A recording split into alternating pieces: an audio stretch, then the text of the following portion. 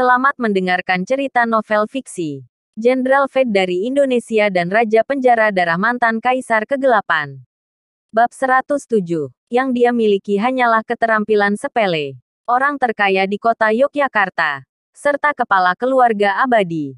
Hanya saat perkenalan dari Wardana sajalah Lintang jadi ingat. Dia sering mendengar Liana berbicara tentang orang-orang paling bergengsi di kota-kota tetangga. Seperti Prabu dari kota Jakarta dan Cokro Abadi dari kota Yogyakarta. Prabu punya latar belakang mendalam yang sulit dipastikan.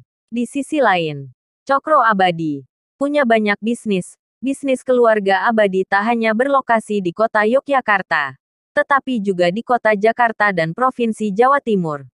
Meski begitu, tak pernah terpikir oleh Lintang bahwa dia menyelamatkan nyawa seorang tokoh terkemuka secara kebetulan.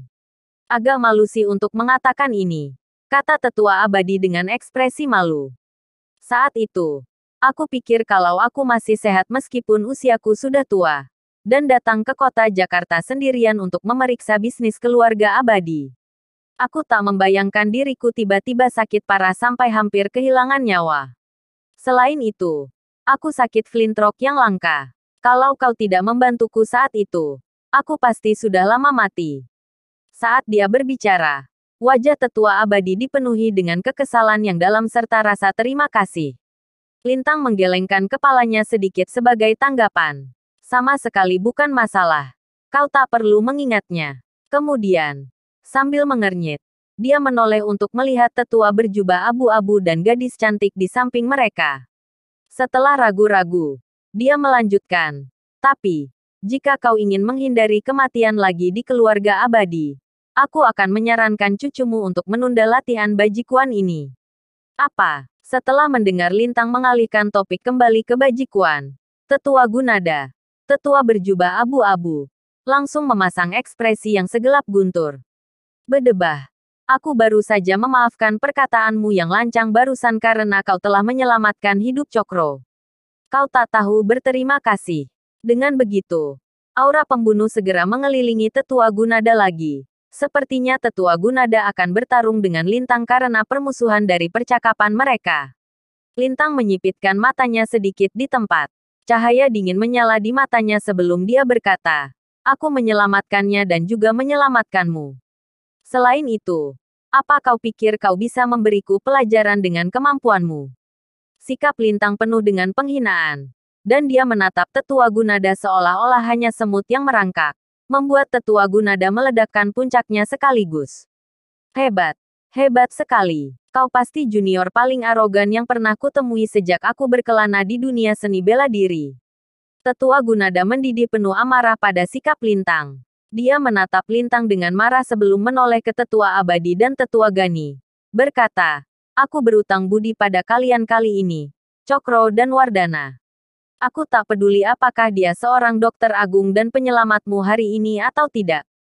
Aku harus mengajari bocah arogan ini pelajaran yang baik dan menunjukkan padanya kehebatan bajikuan untuk memastikan reputasinya. Mata tetua Gunada semerah darah. Dia tampak seperti singa yang sedang mengamuk.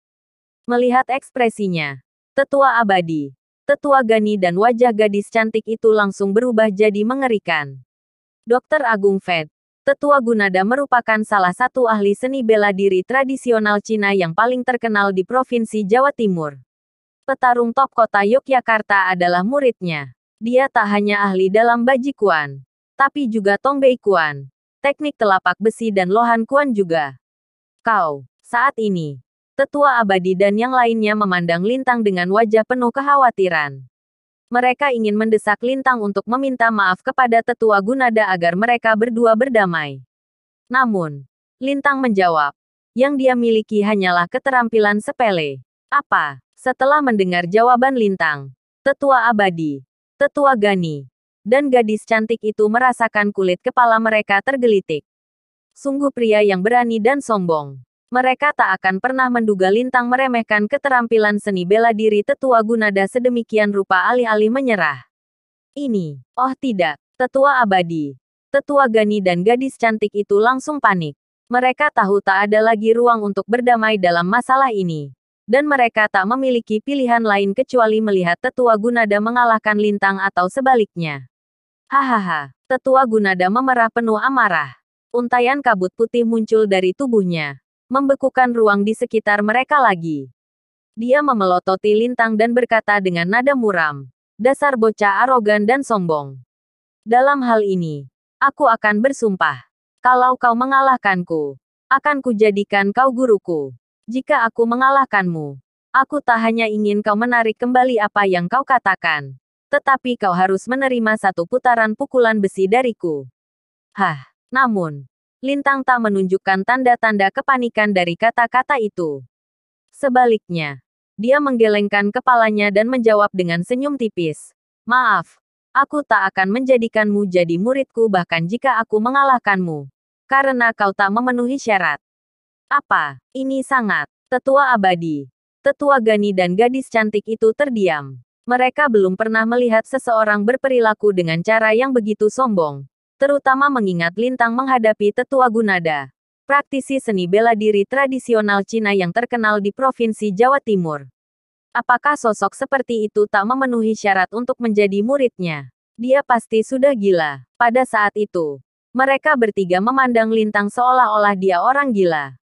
Sayangnya, mereka tak tahu kalau Lintang mengatakan yang sebenarnya.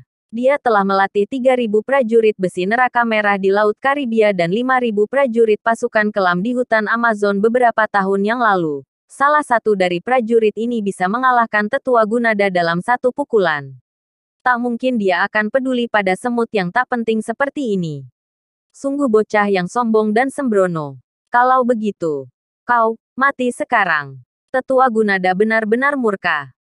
Dengan sentakan tubuhnya, dia mengepalkan telapak tangannya dan menghempaskan pukulannya dengan paksa ke Lintang, menciptakan embusan angin ribut yang meraung dengan keganasan yang kuat. Gerakannya tampak tangguh dan mengesankan saat dia menghempaskan pukulan ganasnya. Dia menghantam menggunakan bajikuan, berdiri di samping Tetua Abadi, Tetua Gani dan wajah gadis cantik itu langsung pucat. Mereka segera mengingatkan, "Hati-hati, Dokter Agung Lintang." Namun, apa yang terjadi selanjutnya membuat mereka ketakutan. Memperhatikan pukulan biadab datang padanya, Lintang tak menghindar sama sekali. Sebaliknya, dia berdiri tegap seolah-olah dia terpana oleh serangan itu. Seakan-akan pukulan itu tak cukup menakutkan. Di bawah tatapan 3 orang lainnya, dia membungkuk perlahan dan memetik sehelai daun dari pohon di sampingnya. Kemudian, dia melemparkan daun itu ke pukulan yang datang padanya. "Apa?" Tetua Abadi, Tetua Gani dan mata si gadis cantik itu hampir keluar. "Apa itu? Pukulannya akan mengenaimu. Tapi kau membalasnya dengan memetik sehelai daun dan melempar ke arahnya.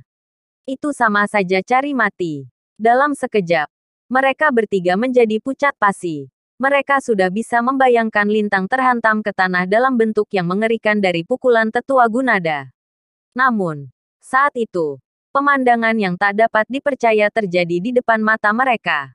Mereka tercengang saat melihat bahwa daun yang dibuang Lintang tak terbang.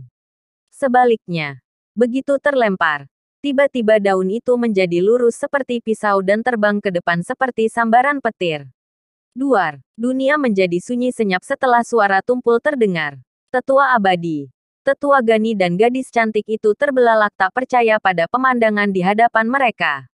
Daun itu menyapu leher Tetua Gunada sebelum menembus pohon pelajar Cina tua di sampingnya. Mereka bukanlah satu-satunya yang terkejut. Tetua Gunada, yang menyerbu ke depan, juga menjadi sangat kaku. Dia membuka matanya lebar-lebar seakan-akan dia telah menemukan sesuatu yang sulit dipercaya.